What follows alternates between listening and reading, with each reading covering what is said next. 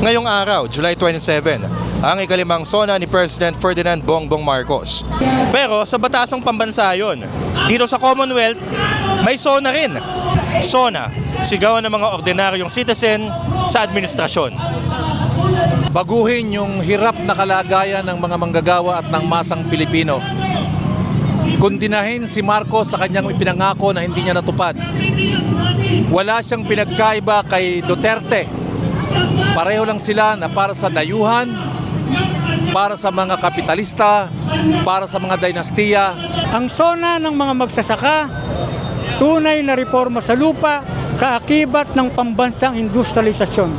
Palakasin ang lokal na produksyon ng pagkain, hindi importasyon, ibasura, ang rice liberalization law, at higit sa lahat, lupa para sa mga magsasaka, hindi sapak silika. Magbubukid na taong bayan, magkaisa, ipaglaban ang ating soberanya. Ito ay SONA ng mamamayan, SONA ng taong bayan, kung saan ay ipapakita na nagkakaisang mamamayang Pilipino ang issue ng magbatayang sektor na hindi pinapansin ng kasulukuyang administrasyon. Kagaya halimbawa ng kahirapan, yung political dynasty, at syempre yung corruption na petty ang kanilang pag-resolve pero hindi nire-resolve ang katotohanan. At ang pinakamalaki ngayon, yung paksilika na nililinlang ang taong bayan na pumirma ang gobyerno sa pamagitan ni Marcos na hindi man lang tinanong ang taong bayan. Yun ang aming pinaglalaban.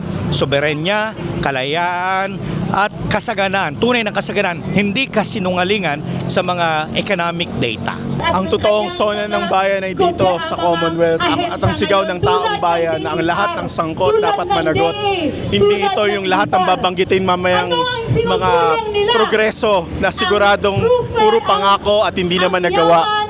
Ang sinisigaw ng taong bayan dito ay yung pangangailangan ng taong bayan. Una-una managot ang mga korap, pangalawa bigyan natin ng tahanan yung mga walang tahanan. Pangatlo, trabaho para sa mga walang trabaho. At higit sa lahat, pananagutin yung mga alam nating sangkot, lalong-lalo na sa flood control. At kahit na nakatutok ang taong bayan para pananagutin si Sara Duterte, ay sinisingil din natin si Bongbong Marcos na Pangulo ng Pilipinas. Kaya dapat ang sangkot managot. Ito ang totoong State of the Nation address. Ang dapat isigaw natin ay panagutin lahat ng sangkot, i-impeach si Sara Duterte at panagutin si Bongbong Marcos sa lahat ng kanilang kasalanan sa taong bayan, sa pagpapabaya, sa pangungurakot at pagpatay sa mga tao, sa mga aktivista, yung mga extrajudicial killings, yung forced disappearances at mga iba pang mga atrocities against humans. Nakikita nyo sa likod ng aming gimmick, patong-patong na problema na dinadanas ng mga maralitang kababaihan at anak pawis. Hindi tagumpay sa panahon ni BBM at Duterte, bagkus dusa sa kababaihan. Hindi natupad ang kanyang mga pangakong 20 pisong bigas. Ang taas ng presyo ng kuryente, ang taas ng presyo ng gasolina, ang taas ng presyo ng tubig. Naririto po tayo upang irehistro na ang simbahan ay patuloy na kasama ng taong bayan, ng mga mamamayang lumalaban na tinataas at ginigiit ang kanilang karapatan para sa lupa, dignidad ng buhay, at para sa pag-ibig, katarungan at kapayapaan. Kaya hindi po kami mapapagod, nakakapagod, simula po ilanan, nilakad na po namin dahil di na nakapasok yung aming mga sasakyan. Pero maliit lamang po ito kumpara sa araw-araw na pagod at gutom na nararanasan ng mga maralitang tagalunsod, ng mga magsasaka at ng marami pang mga Pilipino. Ang ganitong klase ng presidente at administrasyon ay hindi makukuha sa tamang katwiran. Kinakailangan ito'y makuha sa pwersa ng lakas ng nagkakisang sambayanan para ipakita sa kanya na hindi na siya naglilingkod sa kapakanan ng taong bayan.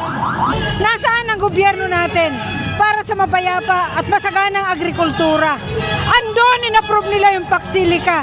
Nasisira sa 4,000 acres nating lupa na agrikultura.